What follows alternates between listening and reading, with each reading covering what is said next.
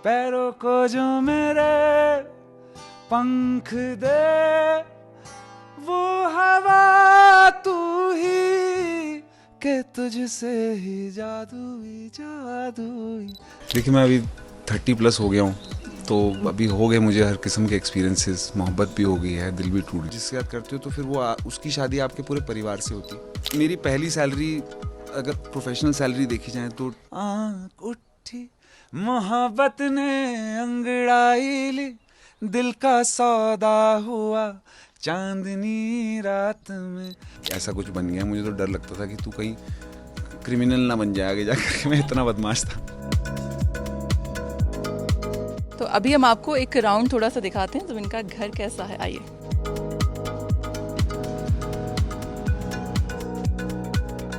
ज़ुबिन नौटियाल खेती भी करते हैं, तो ये इनका छोटा सा खेत है, आप देखिए। पहाड़ों में अगर वो चीज़ें पहुँचे तो मुझे लगता है कि we are moving towards progress. फैन चिट्ठी की लैनी भेजी। नमस्कार, आप देख रहे हैं उत्तराखंड तक और मैं हूं आपके साथ सरिता तिवारी। पहाड़ के गौरव के इस अंक में आपको मिलवाने वाले हैं पूरे देश के मशहूर सिंगर और पहाड़ की जान ज़ुबिन नौटियाल से। बहुत बहुत स्वागत है आपका। हेलो, कैसी हैं आप? बिल्कुल ठीक हूँ, आप कैसे? वेरी गुड, घर पे हूँ, काफ़ी कंफर्टेबल हूँ।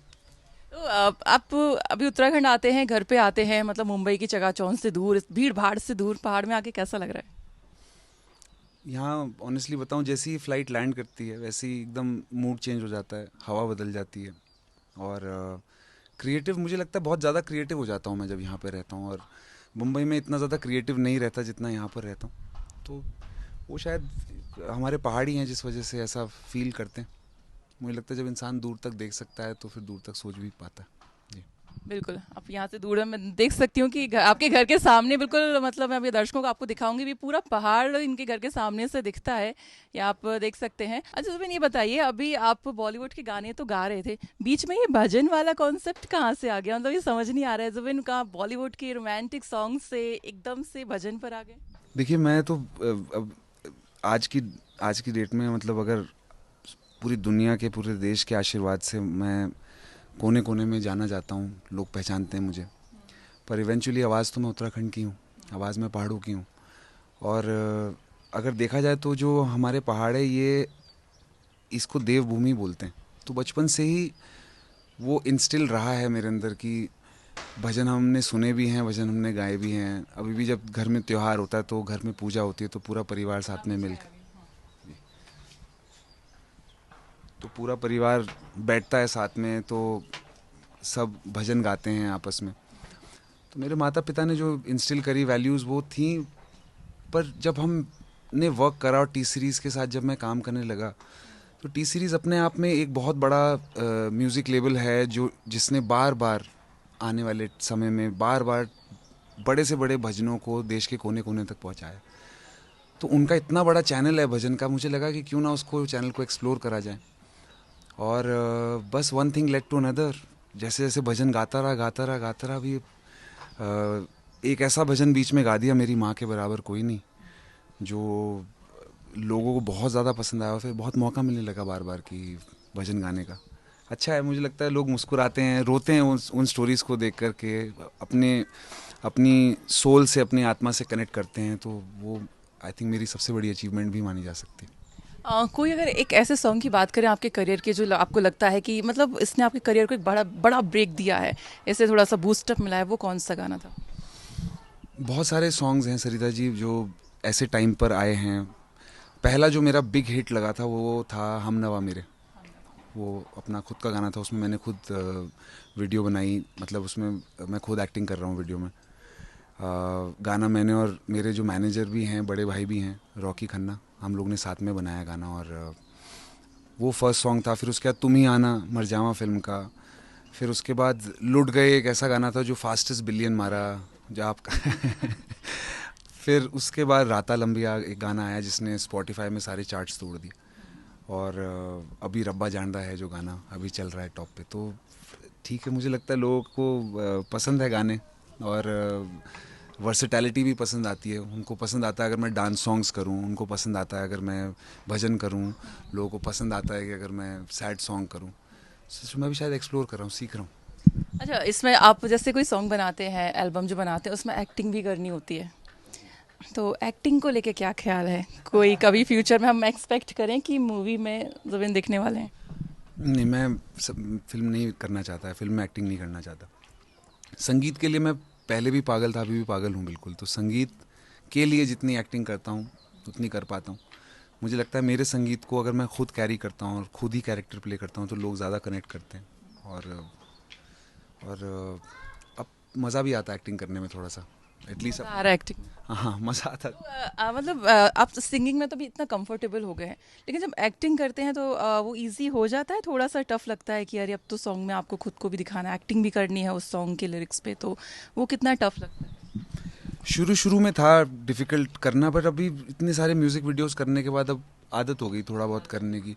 मुझे लगता है acting is just about believable करनी है चीज़ें। मतलब जब मैं कुछ भी कर रहा हूँ उसको मुझे बिलीव करना है। अगर मैं बिलीव करूँगा कि मैं अभी उदास हूँ तो मुझे उसको एक्चुअली बिलीव करना है, तो वो सही कन्वर्ट हो जाता है कैमरे पे। अच्छा, थोड़ी सी हम अगर स्ट्रगल की बात करते हैं, वैसे तो सभी जानते हैं आपका करियर एंड ऑल, लेकिन फिर भी एक पहाड़ के इस जगह से निकल के आप मुंबई में एक पहचान जो बनाते हैं, तो ये कितना मुश्किल होता है? क्योंकि इतना कॉम्पिटिटिव, इतना ज़्यादा माहौल हो चुका है, इतने हम देखते हैं रियलिटी शोज़ आते हैं, उसमें हम देखते हैं कि टॉप 20, टॉप 10, देन टॉप 5 में से फिर 3 निकलते हैं। अब ये मतलब खुद में एक बिलीव करना कि मैं मुंबई में एक स्टेज पे मतलब एक पहचान बनाऊंगा, टॉप 3 में आऊंगा, ये कैसे जुनून रहता है और कितना मुश्किल आपके लिए भी रहा था ये? सरिता जी, मेरा टारगेट था ही नहीं कभी नंबर 1 पे जाना। मैं हमेशा अच्छा संगीत करना चाहता था। और मुझे ये भी पता है कि एक आर्ट एक ऐसी लाइन है जिसमें कभी कंपटीशन नहीं होना चाहिए। हर लाइन में कंपटीशन होता है, बट आर्टिस्ट को कभी compete नहीं करना चाहिए। मुझे लगता है आर्टिस्ट को एक दूसरे से सीखना चाहिए और ग्रो करना चाहिए। हर आर्टिस्ट का अपना एक स्पेशल फ्लेवर होता है। वो समझना, उसको आप सिर्फ तभी समझ सकते हो जब आप उसे रिस्पेक्ट करोगे और उसको जानने की कोशिश करोगे। तो वो एक कंपटीशन की भावना से उसमें ग्रो करना बहुत मुश्किल हो जाता है। और एक कहावत भी है कि अक्सर कहते हैं कि competition is for horses, it's not for artist. Artist are suppose to grow with each other. So because of that maybe आज जहाँ भी हूँ मैं शायद इसी वजह से हूँ, क्योंकि मैंने कभी कंपटीशन नहीं करा। मैं कभी ऐसा नहीं था कि मैं इससे आगे निकल जाऊँ। मैंने एक गाने पे एक बार में काम करा और उस पर अपनी जी जान लगाई है, मेहनत करी उस गाने पे हर तरह से। छोटी सी छोटी भी चूक को जाने नहीं दिया, उसमें मेहनत करके और उसे परफेक्शन की तरफ ले गया। तो वही मेरे ख्याल जर्नी भी रही है। तो अच्छा, कैसा लगता है जैसे किसी रियलिटी शो में आप नहीं सिलेक्ट होते हैं और कुछ टाइम बाद आप देखते हैं उसी में जज बने बैठे हैं? ये एक फीलिंग मैं मतलब समझना चाहती हूँ। बहुत अच्छी फीलिंग बहुत अच्छी फीलिंग होती है। It is a very very good feeling.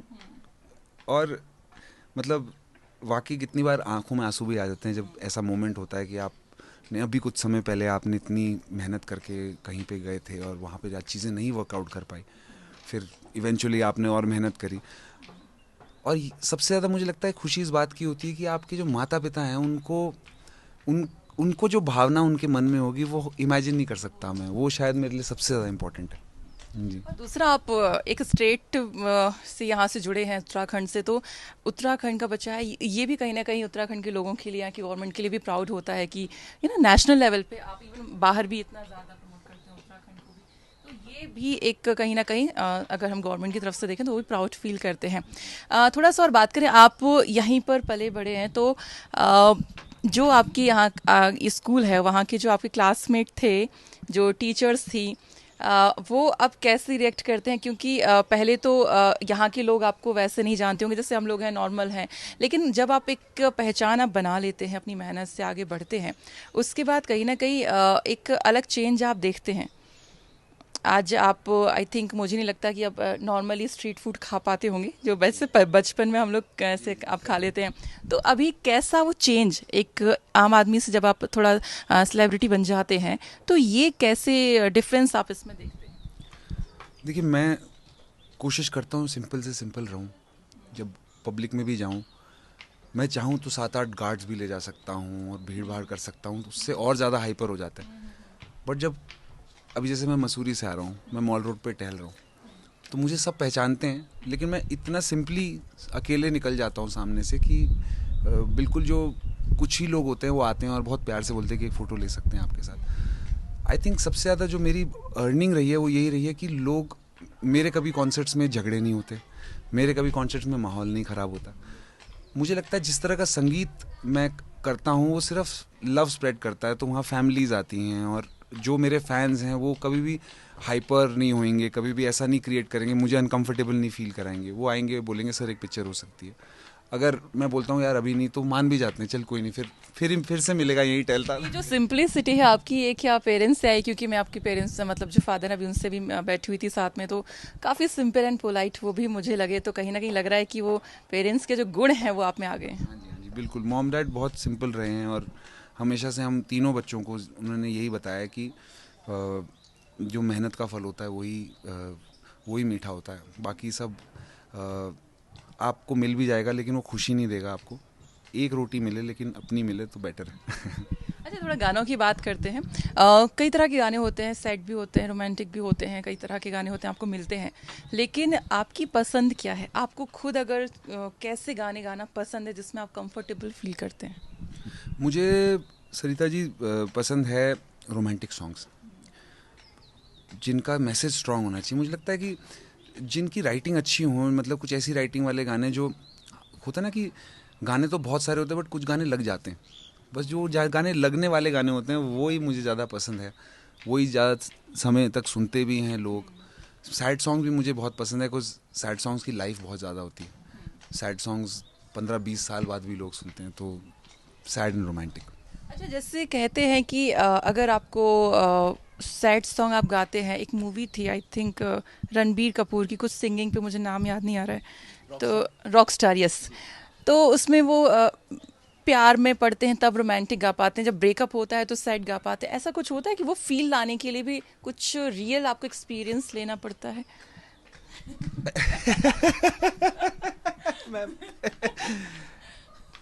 पता नहीं ये पर्सनल सवाल है कि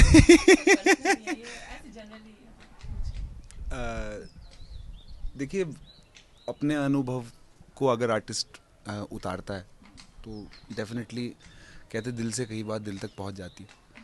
तो हाँ, मतलब मुझे लगता है कि अपने एक्सपीरियंसेस होने ज़रूरी है डेप्थ के लिए। अगर आपने प्यार ही नहीं करा तो आप कैसे प्यार के बारे में गा दोगे, और आप गा भी दोगे लेकिन आप उसे कह नहीं पाओगे। गाना एक अलग चीज़ है, गाते सब हैं, लेकिन मुझे लगता है सिंगिंग ज़्यादा है कहने के ऊपर।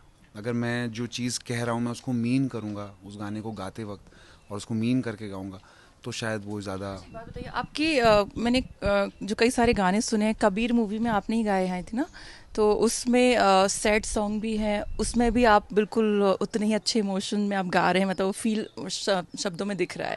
आप रोमांटिक गाने गाते हैं, लुट गए मैंने तो आपका मतलब 1000 टाइम्स सुना हुआ है। उसमें भी आप इतना मतलब बिल्कुल डीपली उसमें गा रहे हैं, तो ये दोनों तरह का अनुभव है क्या? हाँ जी, मुझे लगता है, देखिए मैं अभी 30+ हो गया हूँ, तो अभी हो गए मुझे हर किस्म के एक्सपीरियंसेस। मोहब्बत भी हो गई है, दिल भी टूट गया। और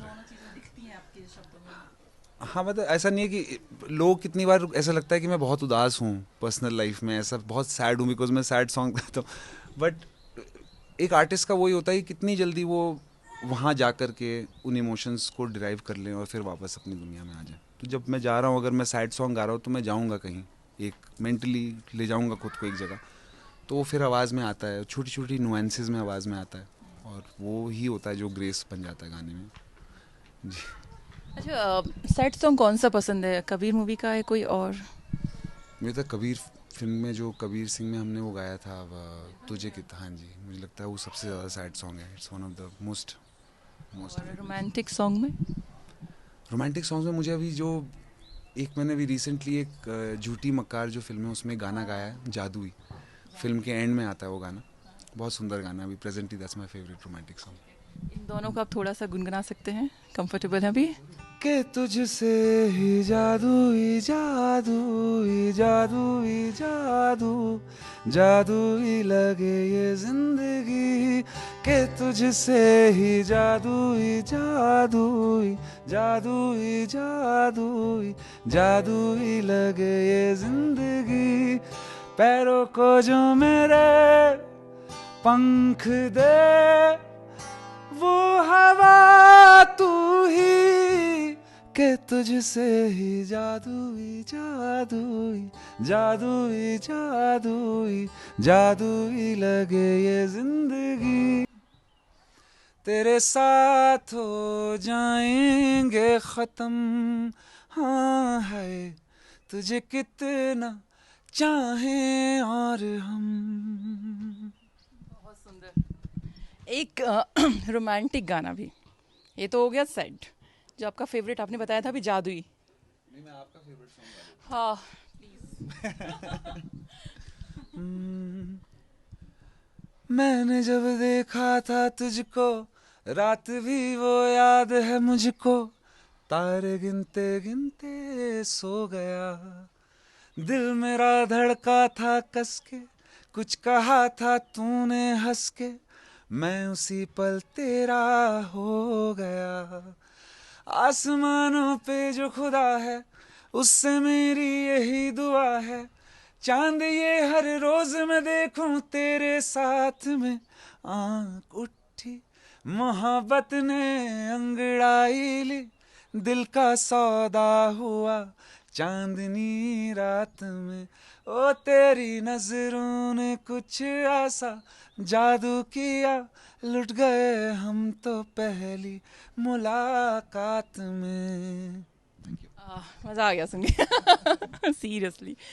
अच्छा, हम थोड़ा सा अगर बात करें आपके फेवरेट, जैसे हम सिंगर्स की बात करते हैं तो हमने सुना है किशोर दा और रफ़ी आपके फेवरेट रहे हैं। रफ़ी साहब जी जी बिल्कुल, मुझे लगता है किस तरह से मुस्कुरा के रफ़ी साहब इतनी गहरी गहरी बातें कह जाते थे, वो उनकी ब्यूटी थी।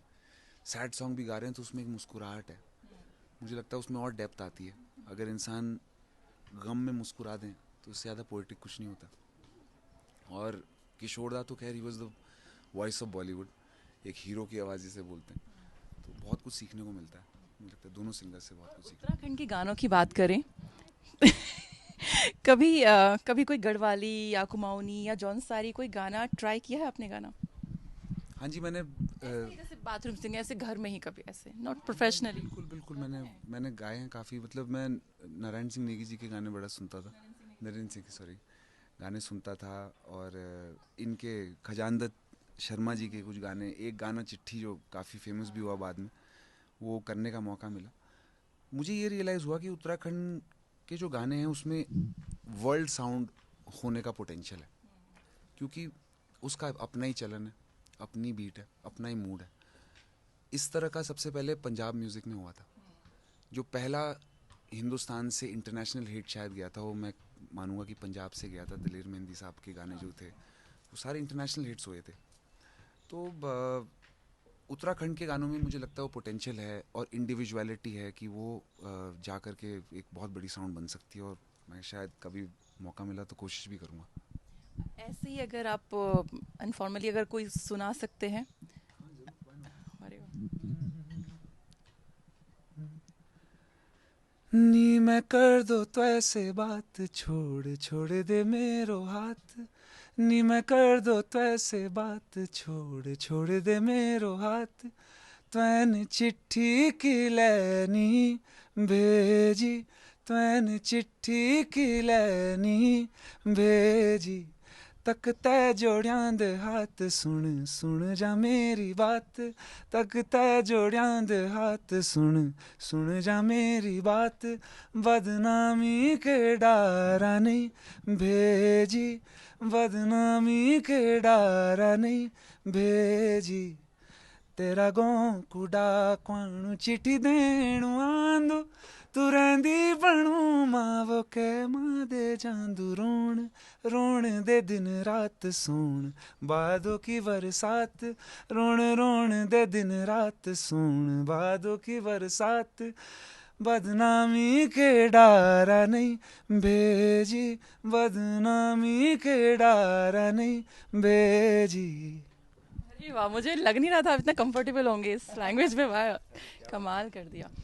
अच्छा, यहाँ पे अगर आपकी अभी तक के हम करियर की बात करें, मतलब स्ट्रगल टाइम की हम थोड़ा सा उस टाइम में जाएं तो कोई ऐसा मोमेंट रहा है जब आपको ऐसा लगा है कि नहीं क्विट कर देना चाहिए, या बहुत डिमोटिवेट कभी फील करते हैं? क्योंकि जैसा हम बात कर रहे थे कि बहुत कंपटीशन होता है, बहुत सारे आजकल रियलिटी शोज़ आ गए हैं और टॉप 3 में आना एक बहुत बड़ा चैलेंज हो गया है, और जैसा आप जिस शो में हारते हैं उसी में आप जज बन जाते हैं, ये बहुत बड़ी एक फीलिंग होती है। और कोई एक ऐसा मोमेंट जब बहुत उदास फील कर रहे हों लेकिन फाइनली आप आगे बढ़े? देखिए, मुझे लगता है कि ये जो निराशा होती है इंसान के करियर में बहुत ज़्यादा ज़रूरी होती है। अगर निराशा नहीं होगी तो फिर इन्जॉयमेंट भी नहीं होगी और रिवॉर्ड भी फील नहीं होगा जब आप कुछ अचीव करोगे, वो नहीं मिलेगी। तो ये निराशा जो है, सो इसके इस चीज़ के लिए, इस पूरे नेचर के लिए मैं रिस्पॉन्सिबल ठहराऊँगा उत्तराखंड को। ऑनेस्टली उत्तराखंड को, देहरादून को। मेरी पूरी स्कूलिंग अपब्रिंगिंग देहरादून में हुई है। यहाँ पे टॉप स्कूल्स है और यहाँ पर एक बहुत अच्छा कल्चर है एजुकेशन का। टीचर्स के साथ आपका एक बहुत अलग रिलेशन बनता है उत्तराखंड में। टीचर्स के साथ, अभी तो कॉलेज भी बहुत हो गए, लेकिन जिस तरह से टॉप स्कूल्स उत्तराखंड में बने उस हिसाब से अगर देखें तो कल्चर बहुत अच्छा है पढ़ाई का। वो कल्चर आपको हार मानना नहीं सिखाता, वो कल्चर आपको बार बार उठाता है। आपके टीचर्स आपको यहाँ पर, जो एटलीस्ट जो मेरी एजुकेशन रही है, मैं बहुत सारे स्कूल चेंज करे, बदमाश था मैं बहुत ज़्यादा, तो बार बार। पूछने वाली थी, स्कूल में आप क्या बदमाश थे या पढ़ाकू बच्चे जो बिल्कुल नहीं नहीं, मैं बहुत आगे मैं बैठाया जाता था ताकि बदमाशी ना कर सकूं। वैसे बैक बेंचर था मैं काफ़ी, पर वो जो शाहरुख खान कहते हैं ना, जो कुछ नहीं करते वो सुपरस्टार हो जाते हैं। नहीं ऐसा ये गलत मैसेज देना नहीं चाहूँगा मैं हमारे दर्शकों को। मैं नहीं चाहूँगा कल को बच्चे किताबें फेंक दे अपनी सारी। तो वो जो पूरा कल्चर है एजुकेशन का, मुझे लगता है वो है जिस वजह से बॉम्बे में इतनी बड़ी निराशा आने पर हर बार उठना। ये जो एक स्प्रिंग होता है ना, स्प्रिंग, ये स्प्रिंग है बेसिकली। जितना आप मुझे नीचे दबाओगे मैं उतनी ऊपर छलांग लगाऊंगा। मुझे लगता है वो जो नेचर है, वो लड़ाई मेरी किसी और के साथ नहीं है, वो मेरी लड़ाई किसी भी रियलिटी शो के साथ नहीं, वो मेरी लड़ाई खुद के साथ है। अगर मैं कहीं पीछे रह गया हूँ तो उसके लिए मैं रिस्पॉन्सिबल हूँ, वो कोई रिस्पॉन्सिबल नहीं है। तो वो रिस्पॉन्सिबिलिटी अगर लूँगा तभी शायद मैं बेटर भी हो पाऊँगा। और करते करते करते करते अगर मैं आज अपनी रिकॉर्डिंग वॉइस सुनूँ और जो पहले अपनी रिकॉर्डिंग वॉइस सुनूँ, मुझे लगता है मैं काफ़ी आगे आ गया। पहले मैं गा ही नहीं, मैं तो बहुत बेकार गाता था ऑनेस्टली। तो जी, जो पहले की रिकॉर्डिंग्स अभी सुनते होंगे आप तो लगता है मतलब मैं ही था ये जो पहले। बहुत बेकार गाता था। अगर मैं खुद की पहले की बात करूँ, शायद गला तैयार भी नहीं था मैं। आज मैं उन कंपोजर्स के साथ काम करता हूँ जिनसे मैं पहले भी मिला हूँ, जिनके बारे में मैंने सिर्फ फ़ोनों में और अखबारों में पढ़ा था एक टाइम पर। तो आज मुझे उनके साथ बैठ करके काम करने में मज़ा आता है, क्योंकि मेरी आवाज़ का रस वो एंजॉय कर रहा होता है और उसके फेस के एक्सप्रेशंस मैं एंजॉय कर रहा होता हूँ। तो जब कंपोज़र एक गाना बनाता है वो भी दिल से बनाता है बहुत, और उसके गाने को अगर एक सिंगर आके सजा दे तो कंपोज़र को ऐसा लगता है जैसे उसका सपना पूरा हो गया। अच्छा जबिन थोड़े साहब की अगर मैं स्कूल की बात करूं तो किस तरह के आप बच्चे थे? जैसा हालांकि आपने बताया भी शरारती हैं, तो कोई ऐसी शरारत आपने की हो कि टीचर्स की जो कहते हैं ना गुस्सा होता है वो आपको झेलना पड़ा हो? शरारती, मैं बहुत ज़्यादा शरारती था। मतलब आज मेरी मॉम बोलती है कि मेरे को विश्वास ही नहीं होता कि तू लाइफ में ऐसा कुछ बन गया। मुझे तो डर लगता था कि तू कहीं क्रिमिनल ना बन जाए आगे जाकर। मैं इतना बदमाश था। तो स्कूल में एक बार हम लोग ने, हम 5 दोस्तों ने, हमने स्कूल की यूनिफॉर्म जला दी थी। पूरे स्कूल की यूनिफॉर्म, पूरे 400-500 बच्चों की यूनिफॉर्म्स में आग लगा दी थी। एक्सपेल हो गए थे, बहुत हाथ पैर जोड़े तब जाकर के एग्ज़ाम देने दिया, वरना 12th का एग्ज़ाम भी नहीं देने दे रहे थे। बट वो क्रांति थी, मतलब क्रांतिकारी ने। वो जो क्रांति थी यूनिफॉर्म जलाने की, आइडिया किसका था? ये आपका आइडिया था? वो अब ये नहीं, मैं अपने ऊपर नहीं लूँगा पूरा उसका ब्लेम। मेरे साथ चार वो कौन है? मेरे 4 और दोस्त थे, तो हाँ मेरी सबकी मिली भगत थी, मैं बोलूँगा। पीसफुली भी इस पे प्रोटेस्ट करा था कि अब पता नहीं उस वक्त हम शायद हिस्ट्री ज़्यादा पढ़ रहे थे, सिविक्स ज़्यादा पढ़ रहे थे, क्या मतलब कौन सी भगत सिंह की फिल्में थी ज़्यादा देख ली थी, क्या हो गया था हमारे अंदर। वो क्रांति आ गई हमारे अंदर कि हमें स्कूल के लिए आवाज़ उठानी पड़ेगी, हमारी यूनिफॉर्म के लिए, और हमने कर दिया और आके सो गए हम आराम से। और अगले दिन सुबह बवाल हुआ।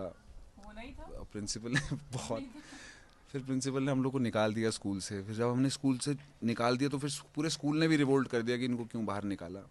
बट गलती हमारी थी, हमने अपनी गलती मानी और कभी भी ऐसी गलती तो दोहराने की कसम खाई। माता पिता भी बहुत परेशान हो गए थे उस टाइम पर, तो खतरनाक है। Something I am proud of. कोई नहीं, होता है अभी ऐसे ऐसे इंसिडेंट हम करते हैं। अच्छा, कभी आपके मतलब स्कूली टाइम में, मतलब स्कूल के टाइम में कभी पेरेंट्स की तरफ से ऐसा रहा है नहीं इतने मार्क्स आपको लाने, जैसे आजकल बहुत ही प्रेशर हो गया बच्चों पे, तो कभी ऐसा रहा नहीं 95 98 मार्क्स लाने ही है? वो आने नहीं थे तो एक्सपेक्टेशन मैंने पहले से ही पेरेंट्स की एक्सपेक्टेशंस मैनेज करी थी कि कि इतना ही आएगा, इससे ऊपर। तो मेरे लिए, उनके लिए था कि पास हो गया है। पास होने पे मिठाइयाँ बंटवाते होंगे पूरा मोहल्ले में। नहीं, वो उनको ये था कि तू फेल मत हो ना, तू पास हो गया। तो उनको पता था कि ये संगीत करना चाहता, पहले से पता था उनको। वो इस पे सपोर्टिव भी थे, मॉम डैड पूरी तरह से। शक नहीं था उनको इस बात पे कि ये नहीं कर पाएगा। उनको था, मुझे था कि मतलब टफ है थोड़ा। पापा ने आपके टैलेंट को पहचान लिया था। हाँ, उन्होंने पूरा उसमें मतलब पूरी मिली भगत रही मॉम डैड की, कि बचपन से उन्होंने धीरे धीरे करके इंस्ट्रूमेंट सिखाना, म्यूज़िक, संगीत सुनाना, अच्छा संगीत सुनाना ये शुरू कर दिया। तो कल्चर बैठ गया दिमाग में, कान में। और फिर उसका जब एक्चुअली मैं स्टेज पे गाने लगा, तो जितना प्यार देती है जनता, वो तो फिर कहते हैं ना, आर्टिस्ट को एक बार अगर ताली लग गई स्टेज पे तो फिर वो बिगड़ जाता है, उसको फिर चाहिए। ताली से याद आया, आप लोग गाना गाते हैं, रॉकस्टार की तरह एकदम परफॉर्मर हैं आप, गाना गा रहे हैं, जो तालियां बजती हैं वो भी एक अलग ही फीलिंग होती होगी। क्या नशा है, क्या नशा है अलग। मैं वही कह रहा, एक बार आर्टिस्ट को ताली लग जाती है फिर वो ख़राब हो जाता है, फिर उसको उसका नशा हो जाता है, उसको चाहिए फिर जहाँ स्टेज दिखेगा, जहाँ माइक दिखेगा, उसको लगेगा यार 2 लाइनें गाऊंगा फिर ताली मिलेगी। तो ये प्यार जो है लोगों का, ये कहीं ना कहीं आपको ना आगे बढ़ते रहने के लिए वो करता है। ठीक, अगर आपकी मैं शौक की बात करूं तो वो क्या कुछ है? जैसे सिंगिंग तो सभी जानते ही, हम सभी जानते हैं कि आप उसमें बहुत ही ज़्यादा इंटरेस्टेड हैं। कुछ और जो आप करते हैं, जैसे कई लोग होते हैं कुकिंग भी करते हैं, मैंने कई स्टार्स को देखा है खाली टाइम में कुकिंग करते हैं, आप क्या करते हैं? मैं ऐसे शूटिंग करता हूँ, I am a very good shooter. मैं डॉग्स ट्रेन करता हूँ, I am a very good dog trainer. मेरे पास बहुत सारे डॉग्स हैं, बॉम्बे भी मेरे पास डॉग्स हैं, घर पे भी डॉग्स हैं। यहाँ पे डॉग्स हैं? मैं अभी थोड़ा देर में आप लोगों को दिखाती हूँ। ज़रूर ज़रूर, मैं आपको मिलवाता हूँ अपने डॉग से। का नाम कूरो है और ये हिमालयन शेपर्ड है, बहुत ही थरा प्योर ब्रीड, 22 पंजे का। 22 पंजे का? हाँ जी, हाँ जी, वो देखिए एक्स्ट्रा बन। हाँ हाँ, नहीं थोड़ा सा आपको, हाँ जी, हाँ जी आपको, हाँ ये मतलब अनप्रिडिक्टेबल हैं थोड़े से। दे आर लाइक वुल्स, जैसे भेड़ी होते हैं ना वैसे हैं इनका नेचर। तो 1-2 ही लोग हैं जिनसे रजिस्टर करते। क्या होती है मतलब कुछ? इनकी सबसे खास सिट डाउन, सिट। हाँ, तो इनकी खासियत ये है कि दे आर केपेबल ऑफ, तो दिन में तो ये बिल्कुल सुस्त होते हैं, बट रात को they are very very lethal, very danger. हाँ, ये उल्लू हैं, आप समझ लो। रात को ऐसे ऑन हो जाते हैं कि ये मतलब चिड़िया को भी पर नहीं मारने देंगे ये लोग, मतलब इतना ज़्यादा डेंजरस। और ख़ास बात ये है कि ये अगर इनका गला प्रोटेक्ट करा हमने तो they are capable of fighting leopards, उतना इनका पोटेंशियल होता है। They can team up and they can take on bears and leopards, जो हमारे पहाड़ों में काफ़ी बहुत ज़्यादा रहते हैं। तो एटलीस्ट एक प्रोटेक्शन सिस्टम के लिए है। तो I train my dogs myself, इनको ट्रेन। आपको नहीं, मेरे को एक्चुअली बचपन में मेरी माँ को पंडित ने बोला था कि इसको कुत्तों से दूर रखना। अच्छा। और उनने गलती करी मुझे बता के। अब मैं स्प्रिंग को मुझे जितना दबाओगे मैं उतना ही ऊपर कूदूंगा। तो मैं जो तब से काम आपसे करवाना होगा ना, तो मना करना है मुझे, मना करना पड़ेगा। ज़रूर। फैमिली, और अभी तक मुझे अलाउड नहीं है चलानी, बट हाँ जी, हाँ जी, महाराष्ट्र मैंने ली थी, बट वहाँ स्पीड ब्रेकर्स इतने हैं और इस बाइक के लिए चलने के लिए वैसा स्पेस नहीं है वहाँ पर। यहाँ पे फिर भी हमारे राजपुर रोड है जिसमें हम at least can take it on a spin. एक बार आपको बाइक पे बैठते हुए देखना चाहेंगे, थोड़ा सा। ये छोटी लगती है वैसे मेरे साथ में, थोड़ा सा दिखाएं।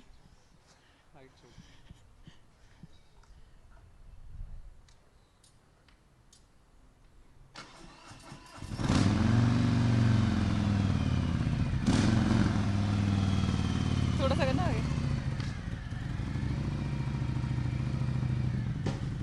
यहाँ पे।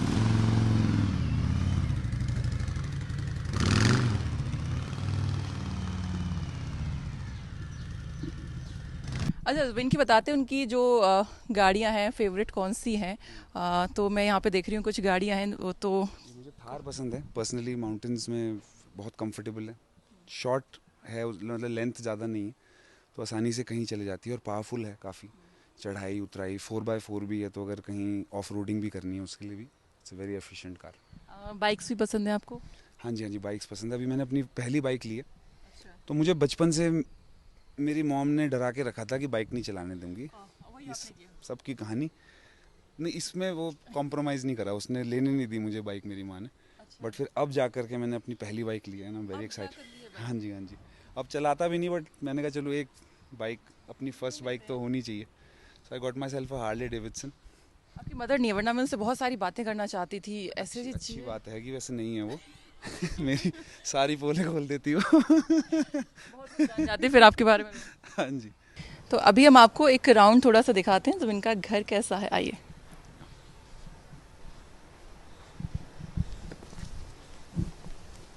सारा जो घर है मॉम डैड ने 2000 में बनाया था। This is the entrance, this is the main sitting. यहीं पे सारी फैमिली गैदरिंग्स मीटिंग्स होती हैं।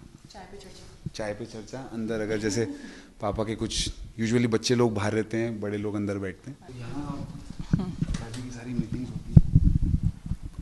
यहीं पर बेसिकली फैमिली की गैदरिंग्स भी होती है, और यहाँ राजनीतिक चाय पे चर्चा होती है। राजनीतिक चाय पे चर्चा होती है, गाना बजाना भी होता है यहाँ पर। अच्छा। काफ़ी जी जी, मतलब ऐसा भी होता है कि बेसिकली ये वो जगह है जहाँ पर मेरे पेरेंट्स ने मुझे हज़ारों नहीं तो लाखों बार ना बोला हो कि बेटा वो गाना सुनाना। वही मैं पूछने वाली थी, कोई गेस्ट आता हो जैसे मतलब बच्चों को बोलते हैं बेटा पोयम सुनाओ, हाँ जी, डांस हाँ जी, करके दिखाओ, जी तो जी, आपके साथ होता है गाना गा के दिखाओ? गाना गा के दिखा। तो मैं यहाँ पे परेशान हो जाते हो इधर आप? कोने में खड़ा होकर के मैंने बहुत लाखों बार गाने का गैस के लिए यहाँ खड़े खड़े बड़ा हो गया मैं यहाँ से के ऐसे लिए। यहाँ से। तो ये मतलब बहुत ही यादें जुड़ी हुई हैं आपकी यहाँ से।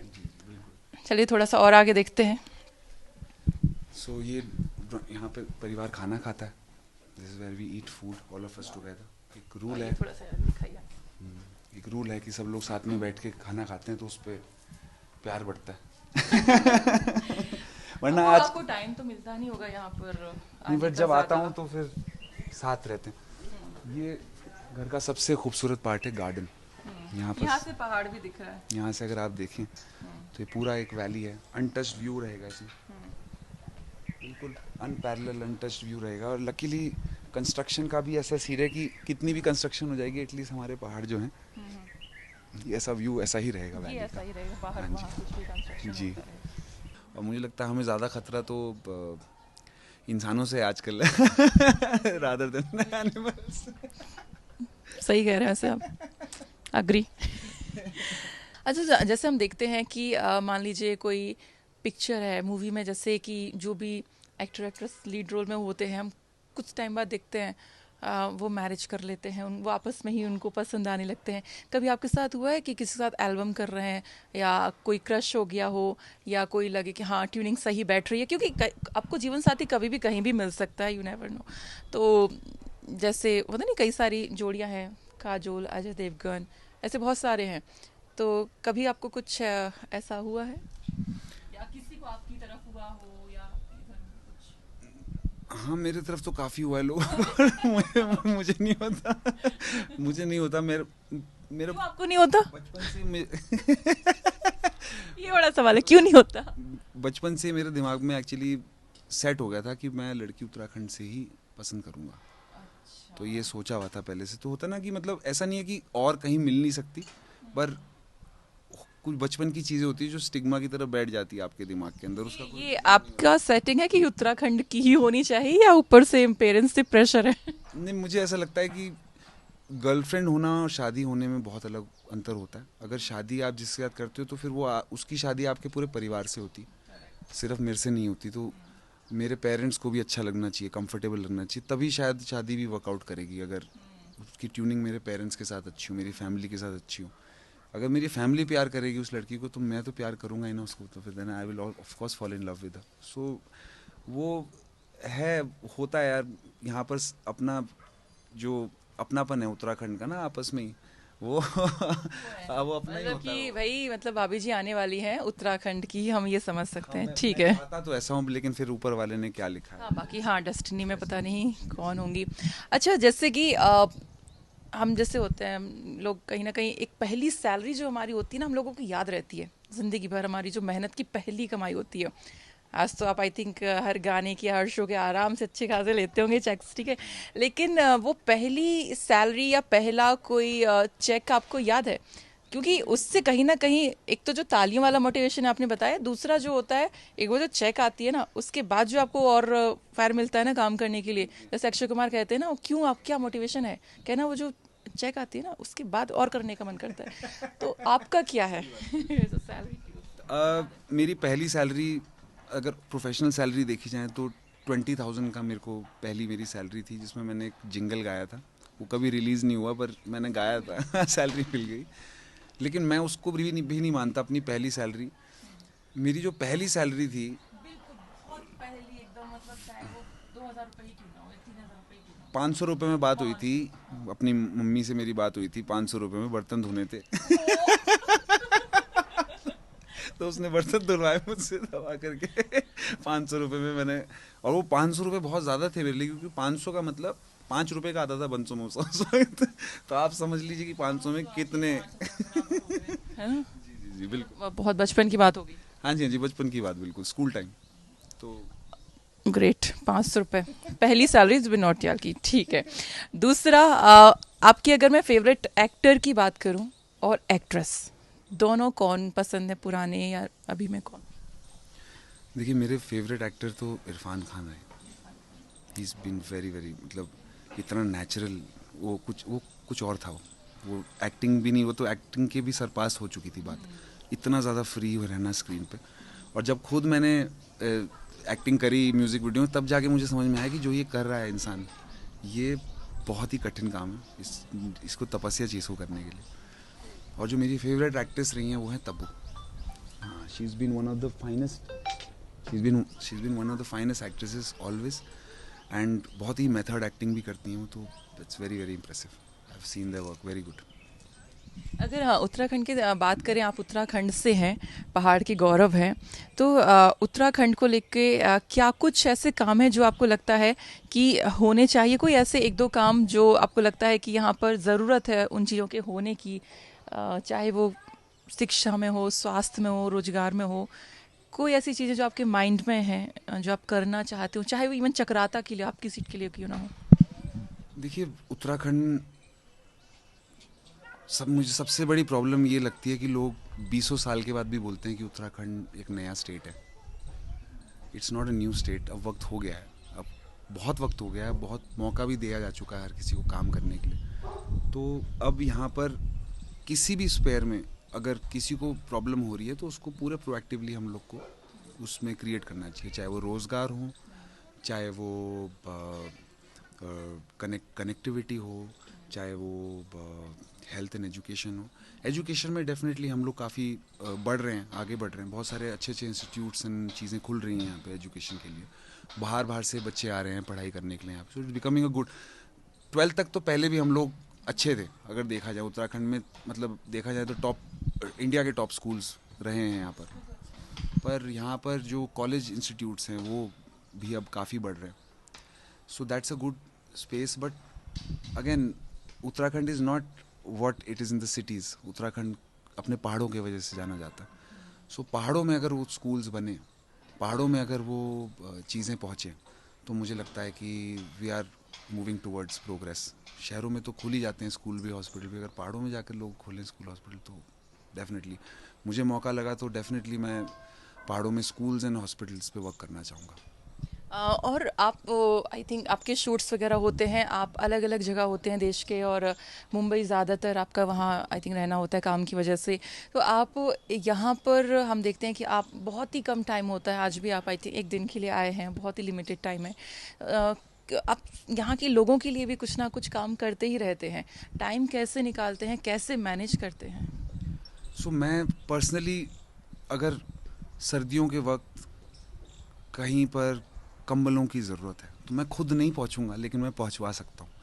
मुझे इतना सक्षम कर दिया है लोगों ने, मेरे फैंस ने, आशीर्वाद ने, अपने देवताओं के आशीर्वाद ने इतना सक्षम कर दिया है कि मैं किसी से अगर कुछ मदद मांगता हूँ पहाड़ों के लिए तो कोई मना नहीं करता, तो पहुँच जाती हैं चीज़ें, राशन भी पहुँच जाता है। और उसके अलावा मुझे लगता है जो मेरी सबसे बड़ी इन्फ्लुएंस है, जो क्रिएट हो रही, जो मेरा योगदान रहेगा स्टेट की तरफ, वो अवेयरनेस में रहेगा कि, और टूरिज़्म में रहेगा। मुझे लगता है मैं टूरिज़्म के लिए बहुत हेल्पफुल साबित हो सकता हूँ उत्तराखंड के लिए, क्योंकि उत्तराखंड में टूरिज़्म के लिए है स्कोप बहुत ज़्यादा। अगर हम पहाड़ों की बात करें, चक्राता की बात करें, तो वहाँ पर अगर सिर्फ सुविधाएं दे दी जाएं तो आप समझें कि it can be the next Mussoorie. And Mussoorie के टूरिज़्म के बारे में आपको पता है किस तरह का टूरिज़्म रहता है वहाँ पर। सो सिमिलरली मुझे लगता है कि we are not a new state any more, and we need to stop saying that we are a new state, and we should stop hiding behind this fact. अब वक्त हो गया है, we are not a new state, we are a very good state, very efficient state. हम लोग को अपने youth को एम्पावर करना पड़ेगा, और ये मैं आग्रह करता हूँ सरकार से भी, और ये मैं आग्रह करता हूँ जितने भी लोग हैं जो मुझे सुन रहे हैं, कि अगर उत्तराखंड का यूथ आज ट्रबल्ड है, जो मुझे लगता है कि उत्तराखंड का यूथ ट्रबल्ड है, ये रोज़गार की वजह से प्रॉब्लम चल रही है यहाँ पे, उसको इमीडिएटली सॉल्व करना पड़ेगा इस इशू को, क्योंकि ये इशू अगर सॉल्व नहीं करोगे तो फिर ये ब्लो बैक करेगा one day, and it will be very difficult for all the people who are going to be pointed fingers on at. Uttarakhand के जो कलाकार होते हैं और साथ ही जो भी एक्टिंग की दुनिया में इस तरह के चीज़ों में करियर बनाना चाहते हैं, और साथ ही बहुत सारे जो बाहर के प्रोड्यूसर्स होते हैं, डायरेक्टर होते हैं, वो भी उत्तराखंड इतना सुंदर है हमारा कि यहाँ पे शूटिंग करने के लिए प्लान करते रहते हैं। तो फिल्म सिटी को लेकर हम सुन रहे थे गवर्नमेंट इसके लिए कुछ कर रही है, आपका इसको लेके क्या कहना है, यहाँ की फिल्म सिटी को लेके? देखिए सरिता जी, मुझे लगता है कि फिल्म सिटी तो बननी चाहिए उत्तराखंड में। अगर यहाँ पे फिल्म सिटी बनेगी तो डेफिनेटली शूटिंग के लिए बहुत स्कोप है, और जहाँ भी फिल्म सिटी होती है ना, वहाँ पे ऑटोमेटिकली एक जनरल प्रमोशन ऑफ टूरिज़्म होता है, और हमारा है स्टेट वैसा कि हम लोग टूरिस्ट केटर कर सकते हैं। It's a big income for the state to have lots of tourist. So film city will be a very good move for the state, provided वो बने, प्रोवाइडेड जिस तरह से वो कमिट हों उस तरह से उसको एग्जीक्यूट करा जाए। हमको स्टूडियोज़ चाहिए जिसमें शूटिंग हो सकती है, और सीनिकली तो आप देखें तो सब कुछ, मतलब लॉकडाउन के वक्त मैंने खुद इतना शूट करा है यहाँ पे, जितना मैंने उत्तराखंड में शूट करा है, ऑल द कंटेंट लुक्स की जैसे कहीं बाहर विदेश में हुआ। और we are sitting on a gold mine अगर हम फिल्म सिटी बनाते हैं, for sure I would love to promote it. फिलिस्बिन, बहुत बहुत शुक्रिया आज उत्तराखंड तक से बातचीत करने के लिए, और आई होप आज बहुत सारी ऐसी चीज़ें हैं जो कि हमारे व्यूअर्स हैं और जो पूरा देश है, जो आपके फैंस हैं, वो आज जान गए होंगे। जी जी बिल्कुल, मुझे लगा पूरे घर का टूर ले लिया तो मुझे लगता है भी सब आपको एग्जैक्टली पता है where I come from, what I do. तो ये थे हमारे साथ देश के मशहूर सिंगर और उत्तराखंड की जान जुबिन नौटियाल, जिन्होंने बताया कि किस तरह से उत्तराखंड के लिए काम करना चाहते हैं, क्या क्या उनके विजन में है, और किस तरह से इतने बिजी शेड्यूल में से भी वो टाइम निकालते हैं, उत्तराखंड आते हैं और चक्राता के लोगों की मदद करने का भरसक प्रयास करते हैं। मैं सरिता तिवारी, कैमरा पर्सन सिद्धार्थ के साथ, उत्तराखंड तक, देहरादून।